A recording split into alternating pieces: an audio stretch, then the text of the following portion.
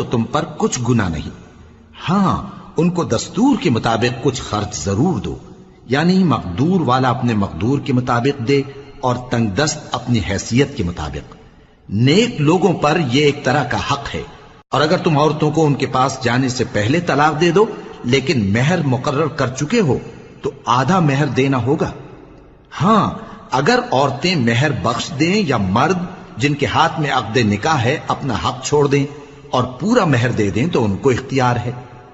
اور اگر تم مرد لوگ ہی اپنا حق چھوڑ دو تو یہ پرہیزگاری کی بات ہے، اور آپس میں بھلائی کرنے کو فراموش نہ کرنا۔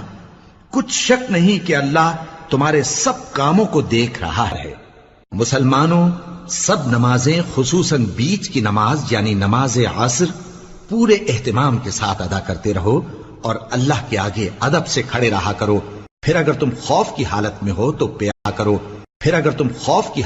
ہو تو پیادے یا سوار جس حال میں ہو نماز پڑھ لو۔ پھر جب امن و اطمینان ہو جائے تو جس طریق سے اللہ نے تم کو سکھایا ہے جو تم پہلے نہیں جانتے تھے اللہ کو یاد کرو۔ اور جو لوگ تم میں سے مر جائیں اور عورتیں چھوڑ جائیں وہ اپنی عورتوں کے حق میں وصیت کر جائیں کہ ان کو 1 سال تک خرچ دیا جائے اور گھر سے نہ نکالی جائیں۔ ہاں اگر وہ خود گھر سے چلی جائیں اور اپنے حق میں پسندیدہ کام یعنی نکاح کر لیں تو تم پر کچھ گناہ نہیں، اور اللہ زبردست ہے، حکمت والا ہے۔ اور مطلقہ عورتوں کو بھی دستور کے مطابق نہ